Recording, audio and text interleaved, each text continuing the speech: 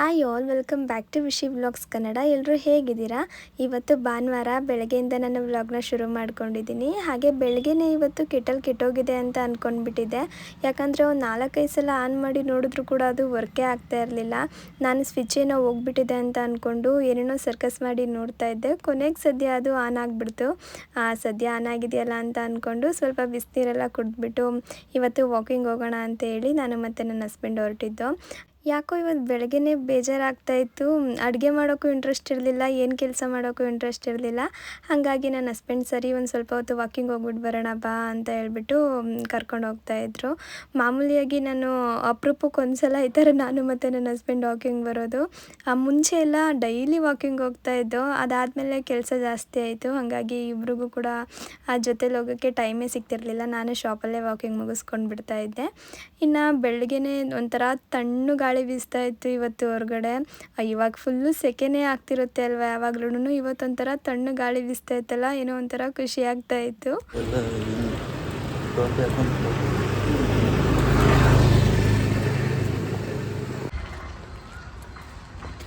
ಎಲ್ಲ ಕಸ ಇಲ್ಲ, ನೀನೇ ತಾನೇ ಇಲ್ಲ ಹಾಕಿರೋ ತಂದು.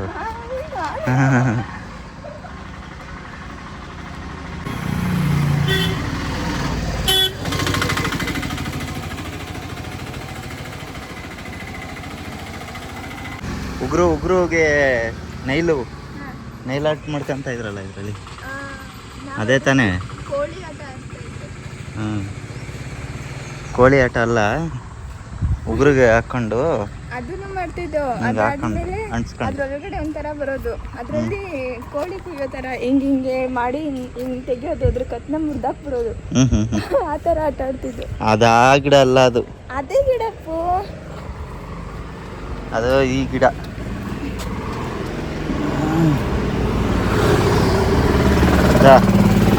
ನೋಡಿದ್ರನ ಚೊಟ್ಟ ಅನ್ಸೋದು ತಲೆನ.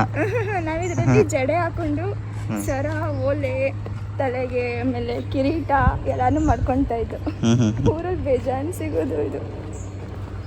ಒಂದು ಅರ್ಧ ಗಂಟೆ ವಾಕಿಂಗ್ ಮಾಡಿ ಬಂದುಬಿಡೋಣ ಅಂತ ಅಂದ್ಕೊಂಡೆ ಹೋದು. ಆದರೆ ಇಬ್ಬರು ಮಾತಾಡಿಕೊಂಡು ಓಡಾಡಿಕೊಂಡು 1 ಅವರ್ ಟೈಮೇ ಹೋಗ್ಬಿಡ್ತು. ಯಾವ ಥರ ಟೈಮ್ ಹೋಯ್ತು ಅಂತಲೇ ಗೊತ್ತಾಗಲಿಲ್ಲ. ವೆದರ್ ಬೇರೆ ತುಂಬ ಚೆನ್ನಾಗಿತ್ತಲ್ಲ, ಹಾಗಾಗಿ. ಏನು ಪೆಟ್ರೋಲ್ ವಾಸನೆ ಬರ್ತಾಯಿದೆ ಅಲ್ಲ.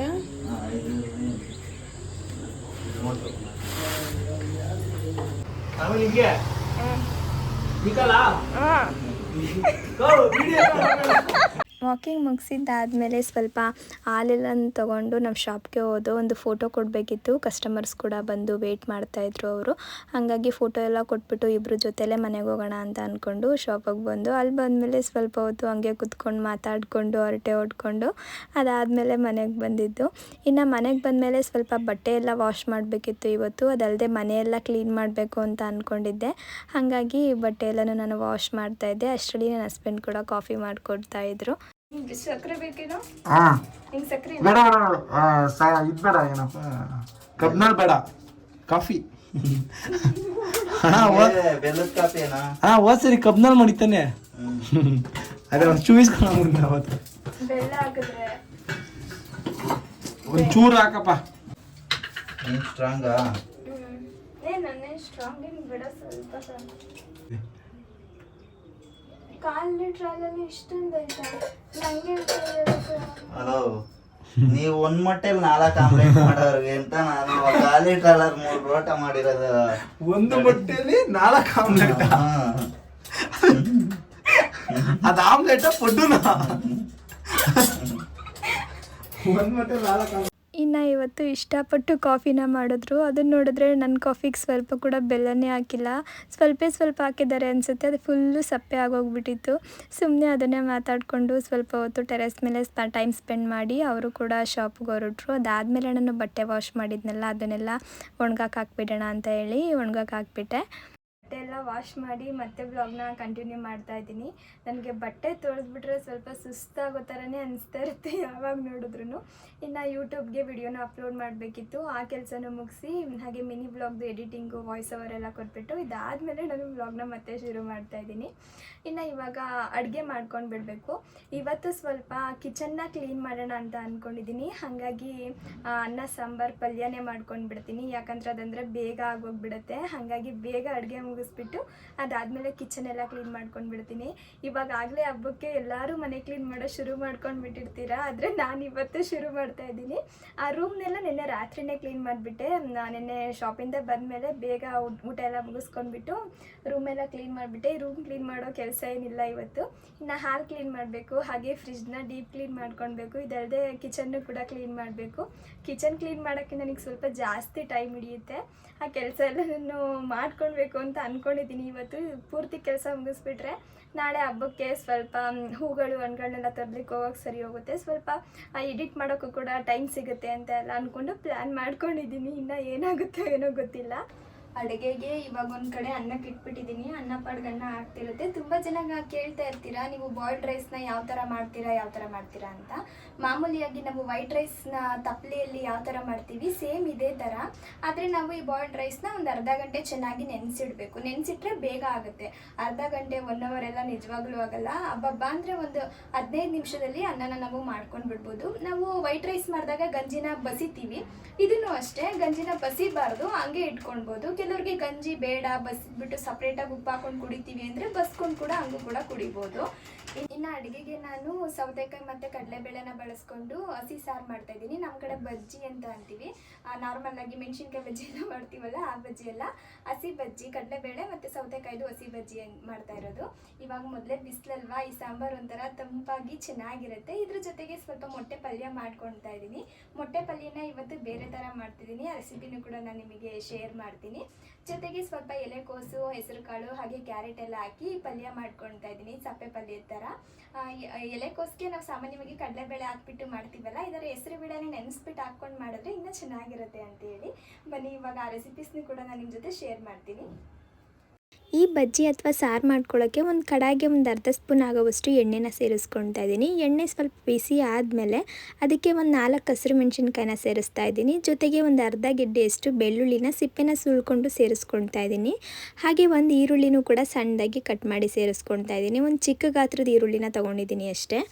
1 ಟೀ ಸ್ಪೂನ್ ಆಗೋವಷ್ಟು ಜೀರಿಗೆನೂ ಕೂಡ ಸೇರಿಸ್ಕೊಳ್ತಾ ಇದ್ದೀನಿ. ಜೀರಿಗೆ ಆಪ್ಷನಲ್, ಬೇಕಾದರೆ ತೊಗೊಳ್ಬೋದು, ಬೇಡ ಅಂದರೆ ಸ್ಕಿಪ್ ಕೂಡ ಮಾಡ್ಬೋದು. ನಾವು ಕಡಲೆಬೇಳೆ ಬಳಸ್ಕೊಳ್ತಾ ಇರೋದ್ರಿಂದ ನಾನು ಸ್ವಲ್ಪ ಜೀರಿಗೆನೂ ಕೂಡ ಹಾಕ್ಕೊಂಡು ಚೆನ್ನಾಗಿ ಫ್ರೈ ಮಾಡ್ಕೊಂಡಿದ್ದೀನಿ. ಈ ಮೆಣಸಿನ್ಕಾಯ್ದು ಈರುಳ್ಳಿದು ಎಲ್ಲ ಕಲರ್ ಸ್ವಲ್ಪ ಚೇಂಜ್ ಆಗಬೇಕು, ಅಲ್ಲಿವರೆಗೂ ಫ್ರೈ ಮಾಡಿಕೊಂಡು ಅದು ತಣ್ಣಗಾದ್ಮೇಲೆ ನಾನು ಒಂದು ಜಾರ್ಗೆ ಹಾಕ್ಕೊಳ್ತಾ ಇದ್ದೀನಿ. ಜೊತೆಗೆ 2 ಸ್ಪೂನ್ ಆಗೋವಷ್ಟು ತೆಂಗಿನಕಾಯಿ ತುರಿನ ಸೇರಿಸ್ಕೊಂಡಿದ್ದೀನಿ. ಹಾಗೆ ಕಡಲೆಬೇಳೆನ ನಾನು ಒಂದು 2 ಅವರ್ ನೆನೆಸಿಟ್ಟಿದ್ದೆ. ಆ ಕಡಲೆಬೇಳೆಯಲ್ಲಿ 1 ಸ್ಪೂನ್ ಕಡಲೆಬೇಳೆನ ಸೇರಿಸ್ಕೊಳ್ತಾ ಇದ್ದೀನಿ. ಜೊತೆಗೆ ಸ್ವಲ್ಪ ಕೊತ್ತಂಬರಿ ಸೊಪ್ಪನ್ನು ಕೂಡ ಸೇರಿಸ್ಕೊಂಡಿದ್ದೀನಿ. ಹಾಗೆ ಸೌತೆಕಾಯಿಯನ್ನು ಕೂಡ ಸೇರಿಸ್ಕೊಳ್ತಾ ಇದ್ದೀನಿ. 1 ಸೌತೆಕಾಯಿನ ನೀಟಾಗಿ ತುರಿದಿಟ್ಕೊಂಡಿದ್ದೆ, ಅದರಲ್ಲಿ ಒಂದು 2 ಸ್ಪೂನ್ ಆಗೋವಷ್ಟು ಸೌತೆಕಾಯಿನ ಸೇರಿಸ್ಕೊಂಡಿದ್ದೀನಿ ಅಷ್ಟೇ. ಇನ್ನು ಮಿಕ್ಕಿದ ಸೌತೆಕಾಯಿನ ನಾವು ಹಂಗೆ ಇಡಬೇಕಾಗತ್ತೆ, ಅದಾದಮೇಲೆ ಬೇಕಾಗುತ್ತೆ ನಮಗೆ. ಇವಾಗ ಸ್ವಲ್ಪ ನೀರನ್ನ ಸೇರಿಸ್ಕೊಂಡು ಸಣ್ಣದಾಗಿ ರುಬ್ಕೊಳ್ತಾ ಇದ್ದೀನಿ. ರುಬ್ಕೊಂಡಿದ್ದಾದಮೇಲೆ ನಾನು ಸ್ಟವ್ ಮೇಲೆ ಒಂದು ಮಡಿಕೆನ ಇಟ್ಬಿಟ್ಟು ಅದಕ್ಕೆ ಒಂದು ಅರ್ಧ ಸ್ಪೂನ್ ಆಗೋವಷ್ಟು ಎಣ್ಣೆನ ಸೇರಿಸ್ಕೊಳ್ತಾ ಇದ್ದೀನಿ. ಎಣ್ಣೆ ಬಿಸಿ ಆದಮೇಲೆ ಸಾಸಿವೆ, 1 ಮೆಣಸಿನ್ಕಾಯಿ ಹಾಗೆ ಕರಿಬೇವನ್ನ ಸೇರಿಸ್ಕೊಂಡಿದ್ದೀನಿ. ನಾವು ಒಂದು 3 ಸ್ಪೂನ್ ಆಗೋವಷ್ಟು ಕಡಲೆಬೇಳೆನ ನೆನೆಸಿದ್ದೆ, ಅದರಲ್ಲಿ 1 ಸ್ಪೂನ್ ತೊಗೊಂಡಿದ್ದೀನಿ. 2 ಸ್ಪೂನ್ ಮಿಕ್ಕಿತ್ತಲ್ಲ, ಅದನ್ನ ಇವಾಗ ಸೇರಿಸ್ಕೊಳ್ತಾ ಇದ್ದೀನಿ. ಈ ಸಾಂಬಾರನ್ನ ನಾವು ಅಥವಾ ಸಾರನ್ನ ಈ ಥರ ಮಡಿಕೆಲಿ ಮಾಡ್ಕೊಂಡ್ರೇ ತುಂಬಾ ಚೆನ್ನಾಗಿರೋದು, ಇನ್ನೂ ರುಚಿ ಹೆಚ್ಚಾಗುತ್ತೆ ಅಂತಲೇ ಹೇಳ್ಬೋದು ಮಡಿಕೆಲೇ ಮಾಡ್ಕೊಳ್ಳೋದ್ರಿಂದ.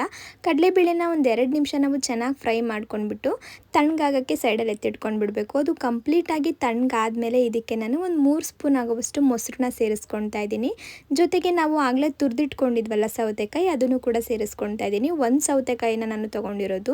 ಇದ್ರ ಜೊತೆಗೆ ಒಂದು ಈರುಳ್ಳಿನೂ ಕೂಡ ಸಣ್ಣದಾಗಿ ಕಟ್ ಮಾಡಿ ಸೇರಿಸ್ಕೊಂಡು ರುಬ್ಬಿಟ್ಕೊಂಡಿದ್ವಲ್ಲ ಮಸಾಲೆನ, ಅದನ್ನು ಸೇರಿಸಿ ಸ್ವಲ್ಪ ನೀರು ಎಷ್ಟು ಬೇಕೋ ಅಷ್ಟು ಹಾಕ್ಕೊಂಡು ಉಪ್ಪನ್ನ ಸೇರಿಸ್ಕೊಂಡು ಚೆನ್ನಾಗಿ ಮಿಕ್ಸ್ ಮಾಡ್ಕೊಳ್ಳೋದು ಅಷ್ಟೇ. ಇದಕ್ಕೆ ಕೆಲವರು ಮೊಸರು ಬದಲು ಹುಣಸೆಹಣ್ಣು ಕೂಡ ಸೇರಿಸ್ಕೊಳ್ತಾರೆ. ನಮ್ಮನೇಲಿ ಹುಣಸೆಹಣ್ಣು ಸೇರಿಸಿದ್ರೆ ಅಷ್ಟೊಂದು ಇಷ್ಟ ಆಗಲ್ಲ, ಹಾಗಾಗಿ ನಾನು ಮೊಸರನ್ನ ಸೇರಿಸ್ಕೊಂಡೇ ಮಾಡ್ಕೊಳ್ಳೋದು. ತುಂಬಾ ರುಚಿಯಾಗಿರುತ್ತೆ. ಅದರಲ್ಲೂ ಈ ಬೇಸಿಗೆಗಂತೂ ಈ ಸಾರು ಅಥವಾ ಬಜ್ಜಿ ನಮ್ಮ ದೇಹಕ್ಕೆ ತುಂಬಾ ತಂಪು, ಜೊತೆಗೆ ನಾಲ್ಗೆಗೂ ಕೂಡ ರುಚಿ ಕೊಡುತ್ತೆ. ಇದಾದಮೇಲೆ ನಾನು ಸ್ವಲ್ಪ ಕ್ಯಾಬೇಜ್ ಪಲ್ಯ ಮಾಡ್ಕೊಂಡು ಬಿಡೋಣ ಅಂತ ಒಂದು ಕಡಾಯಿಗೆ ನಾನು ಎಣ್ಣೆ ಸೇರಿಸ್ಕೊಳ್ತಾ ಇದ್ದೀನಿ. ಒಂದು ಅರ್ಧ ಸ್ಪೂನ್ ಆಗೋವಷ್ಟು ಎಣ್ಣೆನ ತೊಗೊಂಡಿದ್ದೀನಿ. 1 ಟೀ ಸ್ಪೂನ್ ಆಗೋವಷ್ಟು ಸಾಸಿವೆ, 1-2 ಹಸಿರು ಮೆಣಸಿನ್ಕಾಯಿನೂ ಕೂಡ ಕಟ್ ಮಾಡಿ ಸೇರಿಸ್ಕೊಳ್ತಾ ಇದ್ದೀನಿ. ಜೊತೆಗೆ ಸ್ವಲ್ಪ ಕರಿಬೇವಿನ ಸೊಪ್ಪು, 1 ಈರುಳ್ಳಿನ ಸಣ್ಣದಾಗಿ ಕಟ್ ಮಾಡಿ ಸೇರಿಸ್ಕೊಂಡಿದ್ದೀನಿ. ಚೆನ್ನಾಗಿ ಈರುಳ್ಳಿನ ನಾವು ಎಣ್ಣೆಲೇ ಫ್ರೈ ಮಾಡ್ಕೊಳ್ಬೇಕು. ಚೆನ್ನಾಗಿ ಬಾಡಿಸ್ಕೊಂಡಿದ್ದಾದಮೇಲೆ ಅದಕ್ಕೆ ನೆನೆಸಿಟ್ಟಿರೋ ಹೆಸರು ಬೇಳೆನ ಸೇರಿಸ್ಕೊಳ್ತಾ ಇದ್ದೀನಿ. ಒಂದು 3 ಸ್ಪೂನ್ ಆಗೋವಷ್ಟು ಹೆಸರು ಬೇಳೆನ ನಾನು ನೆನೆಸಿಟ್ಟಿದ್ದೆ 1 ಅವರ್ಗೆ ಮುಂಚೆನೇ. ಒಂದು 10 ನಿಮಿಷ ನೆನೆಸಿದ್ರೂ ಕೂಡ ಸಾಕಾಗುತ್ತೆ. ಹಾಗೆ ಸ್ವಲ್ಪ ಅರಿಶಿನದ ಪುಡಿ, ರುಚಿಗೆ ಎಷ್ಟು ಬೇಕೋ ಅಷ್ಟು ಉಪ್ಪನ್ನ ಸೇರಿಸ್ಕೊಂಡು ಫ್ರೈ ಮಾಡ್ಕೊಂಡಿದ್ದಾದಮೇಲೆ ಇದಕ್ಕೆ ನಾನು ಒಂದು ಸ್ವಲ್ಪ ಕ್ಯಾಬೇಜ್ ಹಾಗೆ 1-2 ಕ್ಯಾರೆಟ್ನ ಸೇರಿಸ್ಕೊಳ್ತಾ ಇದ್ದೀನಿ. ಪುಟ್ಟ ಕ್ಯಾಬೇಜಲ್ಲಿ ನಾನು ಒಂದು ಅರ್ಧ ಭಾಗದಷ್ಟು ತೊಗೊಂಡಿದ್ದೀನಿ. ಅಷ್ಟು ತೊಗೊಂಡ್ರೆ ಸಾಕಾಗುತ್ತೆ. ಹೆಸರುಬೇಳೆ ಜಾಸ್ತಿ ಆದ್ರೂ ರುಚಿ ಅಷ್ಟು ಚೆನ್ನಾಗಿರಲ್ಲ, ಹಾಗೆ ಕ್ಯಾಬೇಜ್ ಜಾಸ್ತಿ ಆದ್ರೂ ರುಚಿ ಚೆನ್ನಾಗಿರಲ್ಲ. ಎಲ್ಲ ಈಕ್ವಲ್ ಒಂದೇ ಪ್ರಮಾಣದಲ್ಲಿ ತೊಗೊಂಡ್ರೆ ತುಂಬಾ ರುಚಿಯಾಗಿರುತ್ತೆ ಅಂತಲೇ ಹೇಳ್ಬೋದು. ನೀರು ಹಾಕ್ತೇನೆ ನಾವು ಚೆನ್ನಾಗಿ ಬಾಡಿಸ್ಕೊಳ್ಬೇಕು. ಲೋ ಫ್ಲೇಮಲ್ಲಿ ಒಂದು 5ರಿಂದ 10 ನಿಮಿಷ ಹುರ್ಕೊಂಡ್ಬಿಟ್ರೆ ಬೇಗನೆ ಈ ಪಲ್ಯ ರೆಡಿಯಾಗಿ ಹೋಗ್ಬಿಡುತ್ತೆ. ಕೊನೆಯಲ್ಲಿ ಸ್ವಲ್ಪ ತೆಂಗಿನಕಾಯಿ ತುರಿನ ಸೇರಿಸ್ಕೊಂಡು ಸ್ವಲ್ಪ ಕೊತ್ತಂಬರಿ ಸೊಪ್ಪನ್ನ ಸೇರಿಸ್ಕೊಂಡು ಮಿಕ್ಸ್ ಮಾಡ್ಕೊಂಡ್ಬಿಟ್ರೆ ರೆಡಿಯಾಗೇ ಹೋಗುತ್ತೆ. ಒಂದ್ಸಲ ಕ್ಯಾಬೇಜ್ ಪಲ್ಯನ ಈ ಥರ ಟ್ರೈ ಮಾಡಿ ನೋಡಿ, ನಿಮಗೂ ಕೂಡ ಇದ್ರ ರುಚಿ ತುಂಬಾ ಇಷ್ಟ ಆಗ್ಬೋದು. ಈಗ ನಾನು ಸ್ವಲ್ಪ ಚೆನ್ನಾಗಿ ಮಿಕ್ಸ್ ಮಾಡಿಕೊಂಡು ನಿಮಗೆ ತೋರಿಸ್ತಾ ಇದ್ದೀನಿ ಯಾವ ಥರ ಬಂದಿದೆ ಅಂತ. ಇದು ಮಕ್ಳಿಗೂ ಕೂಡ ತುಂಬ ಇಷ್ಟ ಆಗುತ್ತೆ, ಯಾಕಂದರೆ ಕಲರ್ಫುಲ್ಲಾಗಿ ಕಾಣಿಸ್ತಾ ಇರುತ್ತಲ್ಲ ಹಾಗಾಗಿ. ಇನ್ನು ಮೊಟ್ಟೆ ಪಲ್ಯ ಮಾಡ್ಕೊಳ್ಳೋಕ್ಕೆ ಒಂದು ಜಾರ್ಗೆ ನಾನು ಒಂದು ಅರ್ಧ ಗೆಡ್ಡೆಯಷ್ಟು ಬೆಳ್ಳುಳ್ಳಿನ ಸಿಪ್ಪೆ ಸುಲಿದು ಸೇರಿಸ್ಕೊಳ್ತಾ ಇದ್ದೀನಿ. ಇದ್ರ ಜೊತೆಗೆ 1 ಟೀ ಸ್ಪೂನ್ ಆಗೋವಷ್ಟು ಜೀರಿಗೆನೂ ಕೂಡ ಸೇರಿಸ್ಕೊಂಡಿದ್ದೀನಿ. ಹಾಗೆ ಒಂದು ಅರ್ಧ ಇಂಚಿನಷ್ಟು ಚಕ್ಕೆನ ಸೇರಿಸ್ಕೊಂಡಿದ್ದೀನಿ. ಅರ್ಧ ಇಂಚ್ಗೂ ಕಡಿಮೆನೇ ತೊಗೊಳ್ಬೇಕು. ಜೊತೆಗೆ ಒಂದು ಲವಂಗ ತೊಗೊಂಡಿದ್ದೀನಿ ಅಷ್ಟೇ. ಚಕ್ಕೆ ಜಾಸ್ತಿ ಆಗಿಬಿಟ್ರೆ ಅದೇ ಫ್ಲೇವರ್ ಬರ್ತಾ ಇರುತ್ತೆ, ಹಾಗಾಗಿ 1 ಟೀ ಸ್ಪೂನ್ ಆಗೋವಷ್ಟು ಖಾರದ ಪುಡಿನೂ ಕೂಡ ಸೇರಿಸ್ಕೊಂಡು ನೀರು ಹಾಕ್ತೀನಿ. ನಾವು ಪೌಡರ್ ಮಾಡ್ಕೊಳೋ ಥರ ಮಾಡ್ಕೊಳ್ಬೇಕು. ಇದೊಂಥರ ಪೇಸ್ಟ್ ಥರ ಆಗುತ್ತೆ. ಇದನ್ನು ನಾವು ರೊಟ್ಟಿಗೆ ಹಂಗೆ ಕೂಡ ನೆಂಚ್ಕೊಂಡು ತಿನ್ಬೋದು, ತುಂಬಾ ರುಚಿಯಾಗಿರುತ್ತೆ. ಈ ಥರ ಮೊಟ್ಟೆ ಪಲ್ಯ ಮಾಡ್ಕೊಂಡುವಾಗ ಹಾಕೊಂಡ್ರೆ ಇನ್ನೂ ಮೊಟ್ಟೆ ಪಲ್ಯ ರುಚಿ ಜಾಸ್ತಿ ಆಗುತ್ತೆ ಅಂತಲೇ ಹೇಳ್ಬೋದು. ಇವಾಗ ಒಂದು ಕಡಾಯಿಗೆ ಎಣ್ಣೆ, ಮಾಮೂಲಿಯಾಗಿ ಹಸಿರು ಮೆಣಸಿನ್ಕಾಯಿ, ಈರುಳ್ಳಿ, ಕರಿಬೇವನ್ನ ಹಾಕಿ ಫ್ರೈ ಮಾಡ್ಕೊಳ್ತಾ ಇದ್ದೀನಿ. ಮಾಮೂಲಿ ನಾವು ಮೊಟ್ಟೆ ಪಲ್ಯನ ಯಾವ ಥರ ಮಾಡ್ಕೊತೀವಿ ಅದೇ ಥರ ಈರುಳ್ಳಿ ಫ್ರೈ ಮಾಡಾದಮೇಲೆ ನಾವು ರುಬ್ಬಿಟ್ಕೊಂಡಿದ್ವಲ್ಲ ಈ ಮಸಾಲೆನ ಸೇರಿಸ್ಕೊಂಡು ಮಿಕ್ಸ್ ಮಾಡ್ಕೊಡೋದು ಅಷ್ಟೇ. ಈ ಮಸಾಲೆ ಸೇರಿಸ್ದಾಗಲೇ ಒಂದು ಒಳ್ಳೆ ಪರಿಮಳ ಬರುತ್ತೆ. ಅದು ಎಷ್ಟು ಚೆನ್ನಾಗಿರುತ್ತೆ ಗೊತ್ತಾ, ತುಂಬಾ ಚೆನ್ನಾಗಿರುತ್ತೆ. ಸ್ವಲ್ಪ ಉಪ್ಪನ್ನ ಸೇರಿಸ್ಕೊಂಡು ಮೊಟ್ಟೆನ ಬಿಟ್ಕೊಳ್ತಾ ಇದ್ದೀನಿ. ನಾನೊಂದು 4 ಮೊಟ್ಟೆಗೆ ಇಷ್ಟು ಪ್ರಮಾಣದಲ್ಲಿ ಮಾಡ್ಕೊಳ್ತಾ ಇರೋದು. ಒಂದು 8 ಮೊಟ್ಟೆ ಏನಾದರೂ ಜಾಸ್ತಿ ಮೊಟ್ಟೆ ತೊಗೊಂಡು ನೀವು ಮಾಡಿಕೊಂಡ್ರೆ ಸ್ವಲ್ಪ ಮಸಾಲೆನ ಜಾಸ್ತಿ ಪ್ರಮಾಣದಲ್ಲಿ ರುಬ್ಕೊಳ್ಬೇಕಾಗತ್ತೆ ಅಷ್ಟೇ. ಯಾವಾಗಲೂ ಒಂದೇ ಥರ ಮೊಟ್ಟೆ ಪಲ್ಯನ ತಿಂದು ಬೇಜಾರಾಗಿದ್ದರೆ ಈ ಥರ ಟ್ರೈ ಮಾಡಿ ನೋಡಿ. ಇದು ಚಪಾತಿಗಂತೂ ಬೆಸ್ಟ್ ಕಾಂಬಿನೇಷನ್ ಅಂತಲೇ ಹೇಳ್ಬೋದು. ಚಪಾತಿಗೆ ತುಂಬಾ ರುಚಿಯಾಗಿರುತ್ತೆ. ಹಾಗೆ ಅನ್ನಕ್ಕೂ ಕೂಡ ಸೈಡ್ ಡಿಶ್ ಆಗಿ ನಾವು ತಿನ್ಕೊಳ್ಬೋದು. ಕೊನೆಯಲ್ಲಿ ಸ್ವಲ್ಪ ಕೊತ್ತಂಬರಿ ಸೊಪ್ಪು ಹಾಕಿ ಮಿಕ್ಸ್ ಮಾಡ್ಕೊಂಡಿದ್ರೆ ಈಗ ಮೊಟ್ಟೆ ಪಲ್ಯ ರೆಡಿನೇ ಆಗೋಗ್ಬಿಡ್ತು. ಯಾರಾದರೂ ಗೆಸ್ಟ್ ಬರ್ತಾ ಇದ್ದಾರೆ, ಅರ್ಜೆಂಟಲ್ಲಿ ನಾವೇನಾದರೂ ಅಡುಗೆ ಮಾಡ್ಕೊಳ್ಬೇಕು ಅಂದರೆ ನೀವು ಇವತ್ತು ಮಾಡೋದ್ನೆಲ್ಲ ಈ ತಾಲಿನ ನೀವು ಮಾಡ್ಕೊಳ್ಬೋದು. ಯಾಕಂದರೆ ಎಷ್ಟು ಬೇಗ ರೆಡಿ ಆಗೋಯ್ತು ಅಂದರೆ ಒಂದು ಅರ್ಧ ಗಂಟೆಯಲ್ಲ ನಾನು ಪೂರ್ತಿ ಅಡುಗೆನೇ ಮುಗಿಸ್ಕೊಂಡ್ಬಿಟ್ಟೆ. ಕ್ವಿಕ್ಕಾಗಿ ಹೋಗ್ಬಿಡುತ್ತೆ. ಅದರಲ್ಲೂ ಆ ಬಜ್ಜಿ ಅಂತೂ ಬೇಗನೆ ರೆಡಿಯಾಗಿ ಹೋಗ್ಬಿಡುತ್ತೆ. ಹಾಗೆ ತುಂಬಾ ರುಚಿಯಾಗಿ ಕೂಡ ಇರುತ್ತೆ. ಇವಾಗ ಯಾರಾದರೂ ಮನೆ ಗೆಸ್ಟ್ ಮಧ್ಯಾಹ್ನ ಟೈಮ್ ಬಂದರೆ ನಾವು ಚಿಕನ್ ಆ ಥರ ಎಲ್ಲ ಮಾಡ್ಕೊಡೋದ್ರ ಬದಲು ಈ ಥರ ಮಾಡಿಕೊಟ್ರೆ ತುಂಬಾ ಖುಷಿಪಟ್ಟು ಊಟ ಮಾಡ್ಕೊಂಡು ಹೋಗ್ತಾರೆ ಅಂತ ಅನ್ನಿಸ್ತಾ ಇತ್ತು. ಇವತ್ತು ನನ್ನ ಹಸ್ಬೆಂಡ್ ಕೂಡ ಅದನ್ನೇ ಹೇಳ್ತಾ ಇದ್ರು, ತುಂಬ ಚೆನ್ನಾಗಿ ಬಂದಿದೆ ಎಲ್ಲನೂ ಕೂಡ ಅಂತ ಹೇಳಿ. ಅವರು ಕೂಡ ಶಾಪಲ್ಲಿ ಕೆಲಸ ಎಲ್ಲ ಮುಗಿಸ್ಕೊಂಡು ಬಂದರು. ಇನ್ನು ಜೊತೆಯಲ್ಲೇ ಕೂತ್ಕೊಂಡು ಊಟ ಮಾಡಿಬಿಟ್ಟು ಅದಾದಮೇಲೆ ನಾನು ಮನೆ ಕ್ಲೀನಿಂಗ್ ಕೆಲಸ ಮಾಡ್ಕೊಳ್ಳೋಣ ಅಂತ ಅಂದ್ಕೊಂಡು ಊಟನೂ ಕೂಡ ಜೊತೆಯಲ್ಲೇ ಮಾಡ್ಕೊಳ್ತಾ ಇದ್ದೀವಿ. ನನ್ನ ಹಸ್ಬೆಂಡ್ಗಂತೂ ಮೊಟ್ಟೆ ಪಲ್ಯ ತುಂಬಾ ಇಷ್ಟ ಆಯ್ತಂತೆ, ಚೆನ್ನಾಗಿದೆ ಅಂತ ಹೇಳ್ತಾಯಿದ್ರು. ಮೊಟ್ಟೆ ಪಲ್ಯನ ಮಿಸ್ ಮಾಡದೆ ಒಂದ್ಸಲ ಟ್ರೈ ಮಾಡಿ. ಊಟ ಎಲ್ಲ ಮುಗಿಸ್ಕೊಂಡಿದ್ದಾದಮೇಲೆ ನಾನು ಒಂದು ಬ್ಲೌಸ್ನ ಸ್ಟಿಚಿಂಗ್ ಕೊಟ್ಟಿದ್ದೆ, ಅದು ಕೂಡ ಬಂದಿತ್ತು. ಆ ಫಿಟ್ಟಿಂಗ್ ಎಲ್ಲ ಚೆನ್ನಾಗಿದೆಯಾ ಅಂತ ಹೇಳಿ ಒಂದ್ಸಲ ಚೆಕ್ ಮಾಡಿ ನೋಡ್ಕೊಳ್ಳೋಣ ಅಂತ ಹೇಳಿ ನೋಡ್ತಾ ಇದ್ದೆ. ನನಗಂತೂ ತುಂಬ ಚೆನ್ನಾಗಿ ವರ್ಕ್ ಮಾಡಿದ್ದಾರೆ ಅಂತ ಅನ್ನಿಸ್ತು. ಯಾವಾಗಾದರೂ ನಾನು ವೇರ್ ಮಾಡಿದಾಗ ನಿಮಗೆ ಡೀಟೇಲಾಗಿ ತೋರಿಸ್ತೀನಿ. ಇನ್ನು ಇಷ್ಟೆಲ್ಲ ಮಾಡ್ಕೊಳ್ಳೋ ಅಷ್ಟರಲ್ಲಿ ಸುಮಾರು ಒಂದು ಮಧ್ಯಾಹ್ನ ಹತ್ತತ್ರ ಆಗಿತ್ತು. ನಾನು ಕೂಡ ಸ್ವಲ್ಪ ಹೊತ್ತು ರೆಸ್ಟ್ ಮಾಡ್ತಾಯಿದ್ದೆ. ತುಂಬ ಬಿಸಿಲಿತ್ತಲ್ವ, ಹಾಗಾಗಿ ಏನಾದರೂ ತಂಪಾಗಿ ಕುಡಿಬೇಕು ಅಂತ ಅನ್ನಿಸ್ತಾ ಇತ್ತು. ಹಾಗಾಗಿ ಕಲ್ಲಂಗಡಿ ಹಣ್ಣಲ್ಲಿ ಶರ್ಬತ್ ಮಾಡ್ಕೊಳ್ಳೋಣ ಅಂತ ಹೇಳಿ ರೆಡಿ ಮಾಡ್ಕೊಳ್ತಾ ಇದ್ದೀನಿ. ಇದಂತೂ ತುಂಬಾ ಸಿಂಪಲ್. ಮಾಮೂಲಿಯಾಗಿ ಕಾಯಿ ಹಾಲನ್ನ ಮಾಡ್ಕೊಳ್ತಾ ಇದ್ದೀನಿ. ಕಾಯಿ ಹಾಲು ಎಲ್ಲರಿಗೂ ಮಾಡ್ಕೊಡೋಕ್ಕೆ ಬರುತ್ತೆ ಅಂತ ಅಂದ್ಕೊಳ್ತೀನಿ. ಆ ತೆಂಗಿನಕಾಯಿನ ಸ್ವಲ್ಪ ಮಿಕ್ಸಿ ಜಾರ್ಗೆ ಹಾಕ್ಬಿಟ್ಟು ಸ್ವಲ್ಪ ನೀರು ಹಾಕಿ ಚೆನ್ನಾಗಿ ರುಬ್ಕೊಂಡು ಸೋದಿಸ್ಕೊಳ್ಳೋದು ಅಷ್ಟೇ. ನಾನು ಶರ್ಬತ್ ಮಾಡ್ತಿರೋದ್ರಿಂದ 1-2 ಏಲಕ್ಕಿ ಕಾಯಿನೂ ಕೂಡ ಸೇರಿಸ್ಕೊಂಡು ರುಬ್ಕೊಂಡು ಹಾಲನ್ನ ತೆಕ್ಕೊಳ್ತಾ ಇದ್ದೀನಿ. ಇವಾಗ ಒಂದು ಬೌಲ್ಗೆ ನಾನು ಕಲ್ಲಂಗಡಿ ಹಣ್ಣನ್ನು ಹಾಕ್ಕೊಂಡು ಸಣ್ಣದಾಗಿ ಅದನ್ನು ಜಜ್ಕೊಳ್ತಾ ಇದ್ದೀನಿ. ಮಾಮೂಲಿ ಸೌಟಲ್ಲೇ ಸ್ವಲ್ಪ ಸ್ಮ್ಯಾಶ್ ಮಾಡ್ಕೊಳ್ಳೋ ಥರ ಮಾಡ್ಕೊಳ್ತಾ ಇದ್ದೀನಿ. ಮಿಕ್ಸಿಯಲ್ಲಿ ಕೂಡ ರುಬ್ಕೊಳ್ಬೋದು. ಅದಕ್ಕೆ ತೆಂಗಿನಕಾಯಿ ಹಾಲು ಹಾಗೆ ಕಲ್ಸಕ್ಕರೆ ಪುಡಿ, ಇದು ನಿಮಗೆ ಸಾಮಾನ್ಯವಾಗಿ ಇವಾಗ ಗೊತ್ತೇ ಇರುತ್ತೆ, ಗೋಂದ್ ಅಂತ ಕರಿತೀವಿ. ಇದನ್ನು ನಾನು ರಾತ್ರಿನೇ ನೆನೆಸಿಟ್ಟಿದ್ದೆ, ಅದನ್ನು ಕೂಡ ಇವಾಗ ಇದಕ್ಕೆ ಸೇರಿಸ್ಕೊಳ್ತಾ ಇದ್ದೀನಿ. ಈ ಬೇಸಿಗೆಲಂತೂ ಈ ಗೋನ್ನ ಆದಷ್ಟು ಬಳಸ್ಕೊಳ್ಬೇಕು, ಯಾಕಂದರೆ ಇದು ದೇಹಕ್ಕೆ ತುಂಬಾ ತಂಪು. ಅದಲ್ಲದೆ ಇವಾಗ ಬೇಸಿಗೆ ಆಗಿರೋದ್ರಿಂದ ನಮ್ಮ ದೇಹ ಕೂಡ ತುಂಬಾ ಹೀಟ್ ಆಗ್ತಾ ಇರುತ್ತೆ, ಕೈಕಾಲು ಉರಿ ಎಲ್ಲ ಬರ್ತಾ ಇರುತ್ತೆ ಸಾಮಾನ್ಯವಾಗಿ.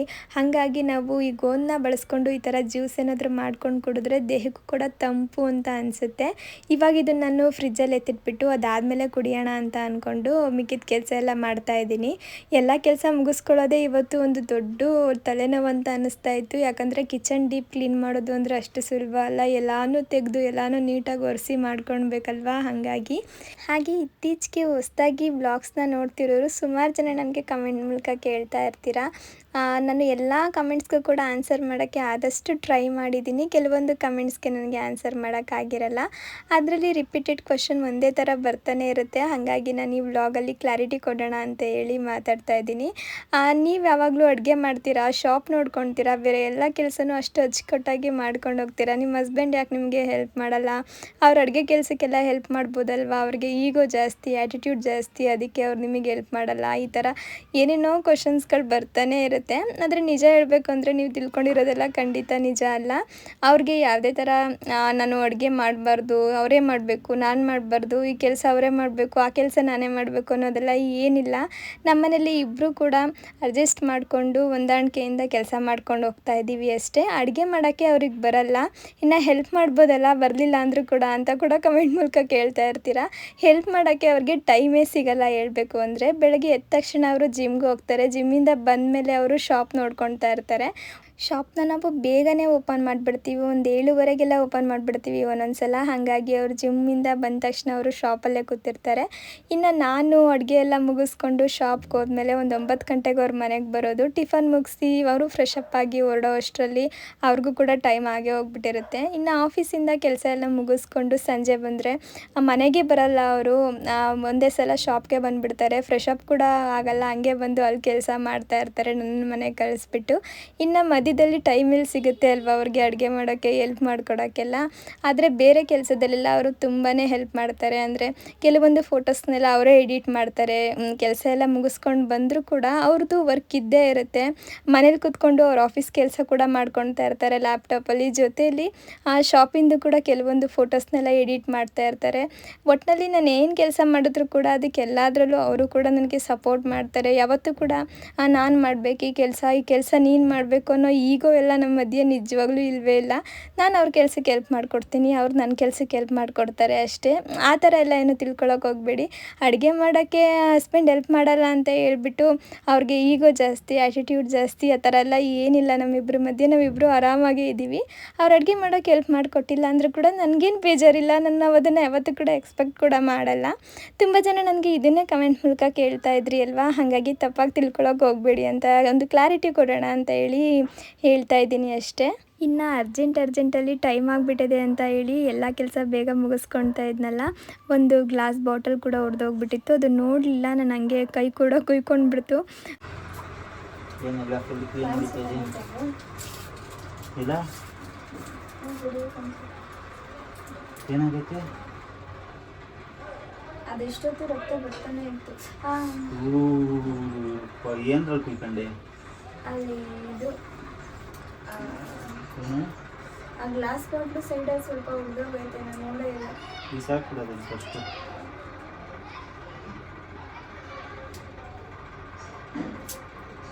ಕುಡಿ.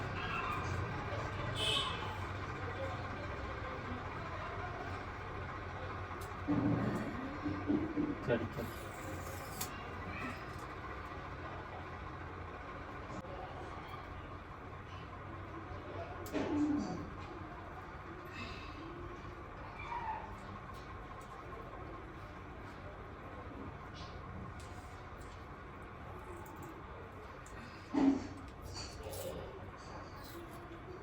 ನಿಧಾನಕ್ಕೆ ಮಾಡು, ಏನು ಅರ್ಜೆಂಟಿಲ್ಲ. Dress colour juice ಮಾಡ್ಕೊಂಬಿಟ್ಟಿದ್ಯಾ?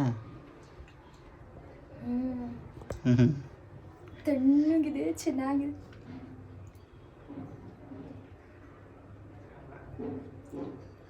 ಕೊಡು. ಚೆನ್ನಾಗಿದೆ.